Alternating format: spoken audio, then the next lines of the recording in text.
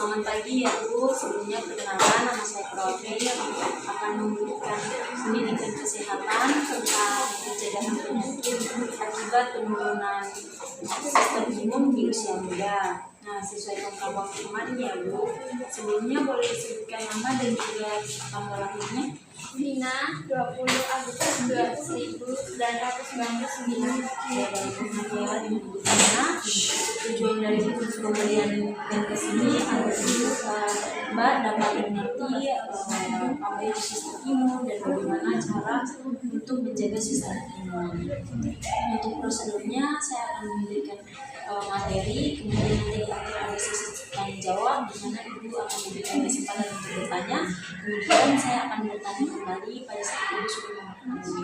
Untuk waktunya hanya 10-15 menit. Apakah Ibu sudah bersedia? Sebelumnya apakah pernah mendengar tentang sistem imun? Saya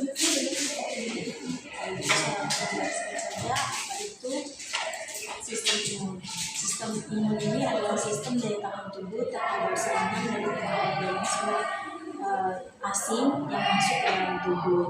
Kemudian dia juga berasal dari luar dalam tubuh sendiri. Contohnya ada virus, bakteri, jamur, dan juga parasit. Kemudian sistem imun dihasilkan oleh siapa? Nah, ada beberapa organ yang menghasilkan sistem imun. Organ yang pertama adalah organ limfoid primer. Organ limfoid primer ini terdiri dari susun tulang dan juga timus. Mereka menciptakan sel sistem kekebalan khusus yang disebut limfosit.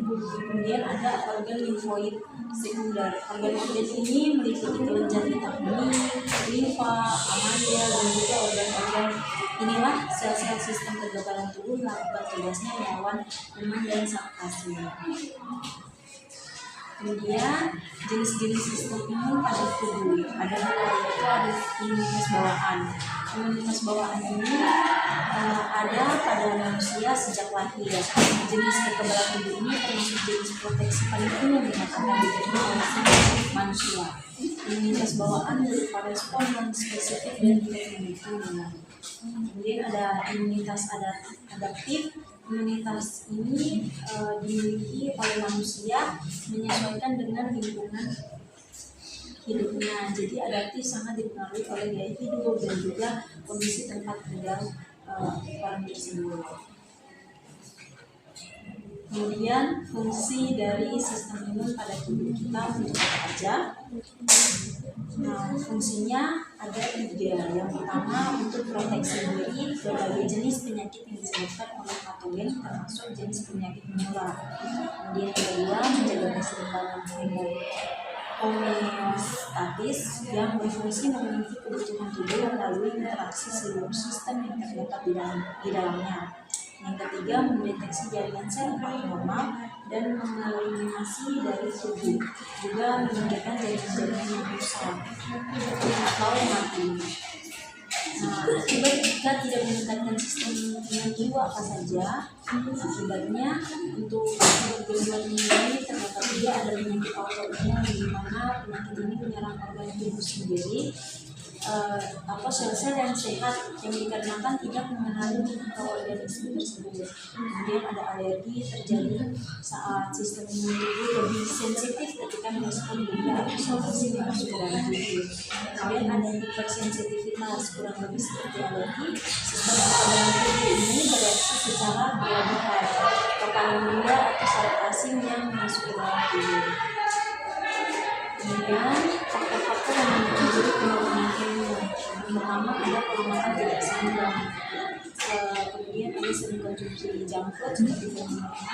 Kemudian ada pola tidur, tidak rajin berolahraga, merokok ataupun itu sebagai perokok pasif itu juga dapat membuat sistem imun ini menurun. Kemudian konsumsi alkohol dan juga stres.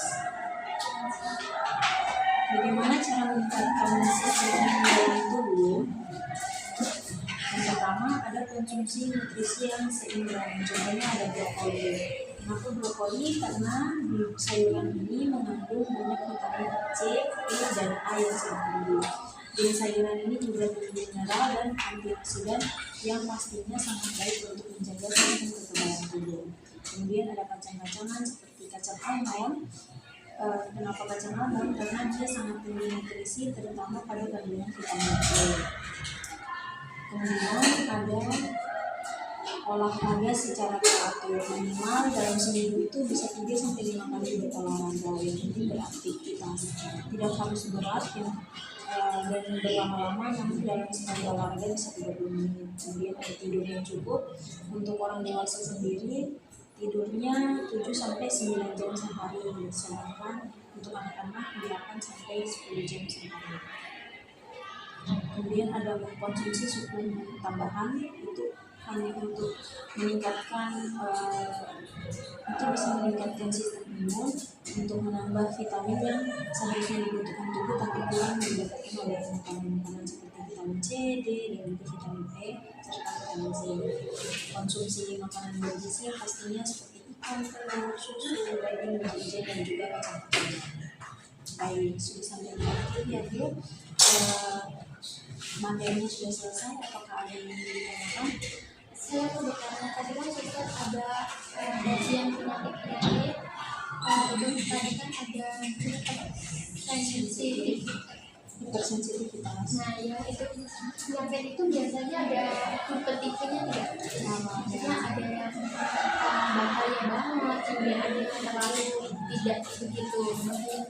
Nah, untuk hipersensitivitas ini kan reaksi yang berlebihan dari tubuh akibat misalnya mikroorganisme. Untuk tipe ada sampai tipe keempat. Tipe pertama memiliki gejala awal yang seperti alergi, yaitu ada ruang-ruang kamar kulit, nyeri, dan juga pemerahan panas. Jadi seperti itu. Apakah ada lagi? Kalau gitu saya bertanya, mungkin boleh disebutkan apa saja yang hal-hal apa saja yang dapat meningkatkan sistem imun tubuh manusia?